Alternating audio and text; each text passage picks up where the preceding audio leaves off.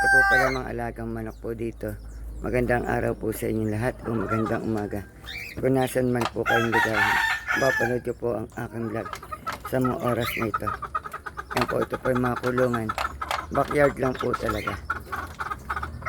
Ito po naman yung mga inahin. Ayan. Kalimitan po ganito po pagka po nasa probinsya. Kahit po sa likod ng bahay, ay pwede po kayo mag-alaga ng mga hayop. Ayan po. Ayan. Kalimitan po ginagawa nila po free range. Ayan po.